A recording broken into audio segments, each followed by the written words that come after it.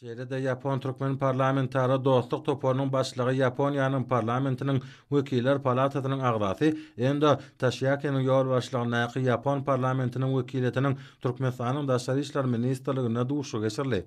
Taraplar syýasy, diplomatik, sewda, ykdysady we medeni ynsanperwer ugurlardaky öýdary gatnaşyklary aýratyn üstlenmek arkaly ýurtlaryň arasyndaky hyzmatdaşlyk ösdürmeň ugurlaryny ara maslahatlaşdylar. Beýlenşýärli sewda, ykdysady hyzmatdaşlyk Türkmen Ýapon gatnaşyklarynyň esasy ugurlarynyň biri bolup, durnukly we uzak möhletli häsiýete eýdir.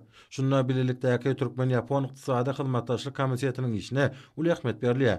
Ol hyzmatdaşlygyň bary bolan uly gowwatyny iş ýüzünde durmuşa geçirmek işlerine ýardam bermäge önükdirlendir. Iki ýurdun merkezi Aziýa goşmak Ýaponiýa dialogynyň şäherlerine köp taraply görnüşdäki hyzmatdaşlygam ösüş häsiýetine eýdir diýip taraplar umumy pikirlerini beýan etdiler. Hemde bu dialogyň özüne hyzmatdaşlygyň netijeli gural hökmünde görkezýändigini bellediler.